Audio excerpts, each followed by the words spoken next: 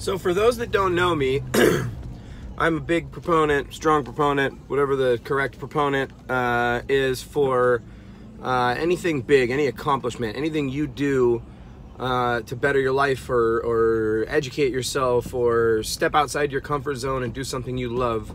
And today, or I guess a couple days ago, we went on Saturday to an indie author day for one of my best friends in the world. Is a beautiful person, Serdar Idemir, and I basically just wanted to say that we had a great time.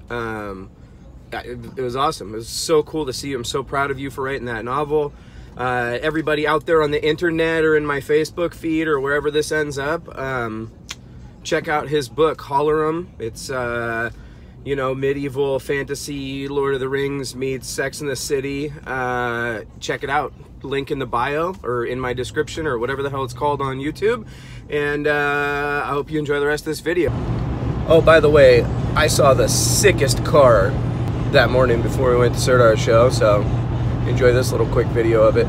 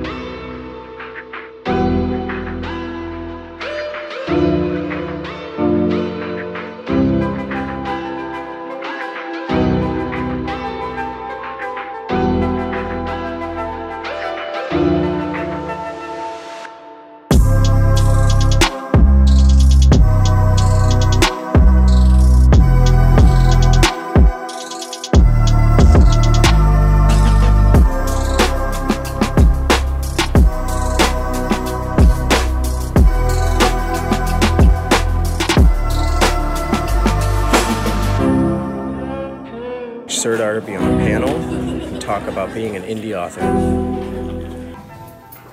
Hello. There we are.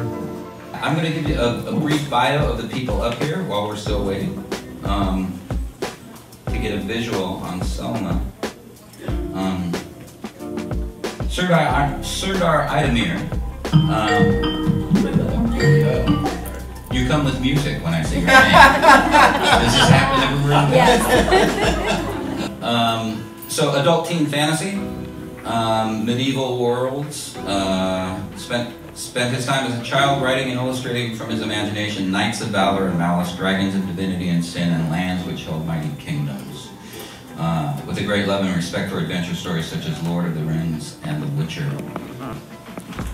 His writing brings to mind a new story, gritty, dark, fantastical, magic, demons, and gods. A Turkish writer living in Southern California.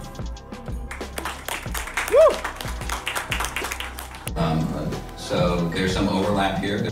11 teen and then of the there's nothing wrong with liking or disliking, she goes on. But when we only like things we find relatable, or we are only interested in people we find likable, we are implicitly holding up narcissism and conformity. When we say we like something, we're really describing ourselves more than the thing we like. That character, that photo, that idea reflects my preferences, my outlooks, my tastes, me. So I thought this related to fantasy, I thought this related to the idea of the outsider. One of the things that literature does is it shows us our similarity. Well, you write fantasy, you write you write characters that are not of this world, but often forces of light and dark. Correct, yes. That's a hard thing to talk about. Because I like that balance that I could bring to the story, so. For those people who are writing in the future or in fantasy, how do you do that? Because at least we know what the historical points of view are. How do you create these points of view for your future or for your fantasy world? If you're handed that sort of power, and that's a universal question. Yours is about power, Jen shifts the power.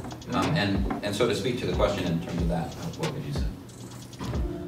So I don't have like a formal medieval training or studies or anything like that. Nerd. So is he. Nerds rule. But yeah, so basically I, like in relation to that question would be the way I write it. I mean, I don't know, who knows how things were made, how the hierarchies were, or who held power and how anything happened, but I write it how I would want it to be had I been in that time period. How I would think it would be like, based off of like influences, obviously, whether it be movies or books or TV shows or whatever, things you might read in schools, history books. And just kind of interpret that to make it the way I like it. The way I would think it would be, both, you know, relatively legitimate sounding as far as how the structure is of society and things like that, but also how fantastical it could be. Like magic and, you know, stuff. I love stuff like that and how to make it seem real, like how you were saying. Yeah. Pretend that you're someone, not necessarily like, you know, not in a weird, creepy way, but. For the native, you know, I look like the people who colonized, and so my point of view was I was very cautious to say. When you're writing, you never really stop writing. I mean, during the day, the mind keeps working. It tends to be afternoons, hopefully at home, sometimes in office hours. Very good. I've always written between 11:30 and 3:30, 11:30 p.m. and 3:30 in the morning. My mind just comes alive. Thich Nhat Hanh talks about walking meditation, where you're constantly aware of birds singing in every bite you eat. It's called serving in the shadows, because that's exactly what we did. We were classified top secret aircraft, no windows. We had Navy escorts to guard us because we were an armed reconnaissance plane. So the book I'm writing now is telling the story of what went on inside that plane.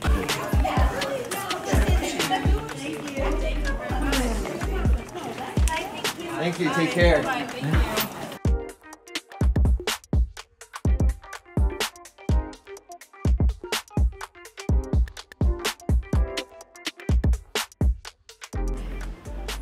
Place is pretty cool.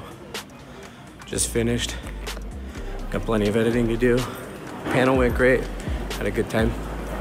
Right there.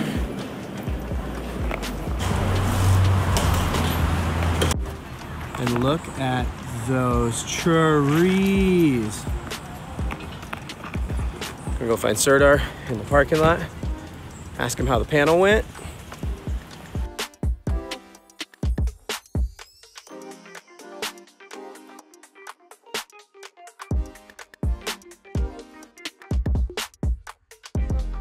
Star Wars meets To Kill a Mockingbird. It's Hansel and Gretel meets Rapunzel. Romeo and Juliet meets Avatar. The Avengers with like a twist of Peter Rabbit.